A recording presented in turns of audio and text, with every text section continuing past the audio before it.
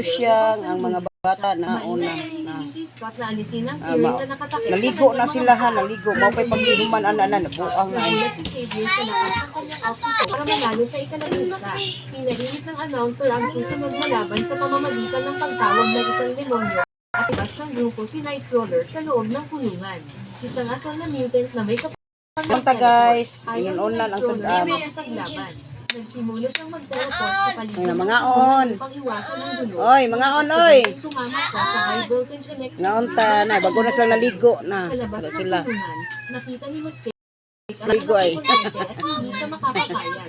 Mabilis siyang tumakbo at hinila ang lever na kumokontrol sa kuryente. Inilit ang circuit na mag-overload. Sa loob ng kulungan, napagtanto ni Kurt. Day! Nag-teleport siya sa likod ni Angel at itinapos Tagain lang siya, tagain. barrier. Nasunog ng malubha ang isa sa kanyang mga kapwa. Ang tama ay nagdulot ng pagsabog ng transformer at mabilis na nagsitakbuhan ang mga manunood sa tapon. Nagbigay ng pagkakataon para makatakas. Pumasok si Mr.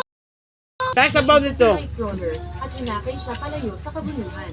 Sa Egypt, isang CIA agent Day, na si Moira kunig sabaw dito ka. How to? Ah. Sinyali ng tao na may Sundig sabaw. misteryosong simbolo na nakatato sa kanilang leeg. Oy, Sa kanya sa isang bro, amaw ay. Nakakit ng isang bagay gamit ang Silak ba? Drama-drama. sa publisidad, pinanunyak na ibinibenta ang bagay. Ngunit naging defensive ang lalaki at Naligo na sila. siya. Agad na kumilos si Moira, pinatumba ang lalaki at inalis ang alfombra. Inilantad ang isang nakatagong pasukan papunta sa sinaunang kuweba sa ilalim ng lupa. Sa loob, natuklasan niya ang isang maliit na pintong pinahinto. Tahimik siya nagtago at nagsimulang kumuha ng mga litrato habang isang grupo ng mga lalaki ay nagtipon sa paligid ng bagay na nanalamin.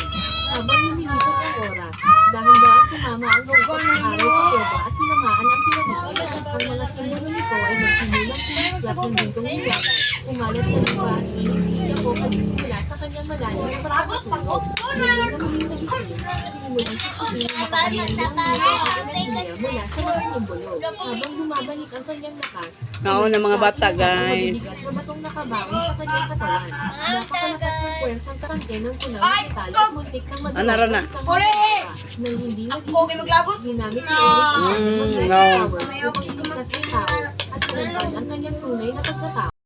Mapagtanto niyang nakita siya, Day man na sabaw, day! kailangan niyang tumakas at agad na umuwi.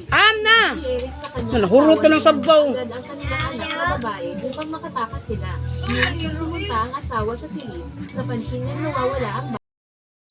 Tumakbo si Eric sa kagubatan, tinatawag ang kanyang anak, ngunit nakita niya itong napapalibutan na ng mga sundalong Soviet. May dala silang mga sandatang kahoy at pana, sinasabing gusto lamang nilang makipag-usap. Isa sa mga opisyal ang nagsabi kay Eric na may naiulat na kakaiba sa pabrika. Ipinakita pa niya ang isang artikulo sa dyaryo na nag-uugnay kay Eric sa pag-atake sa White House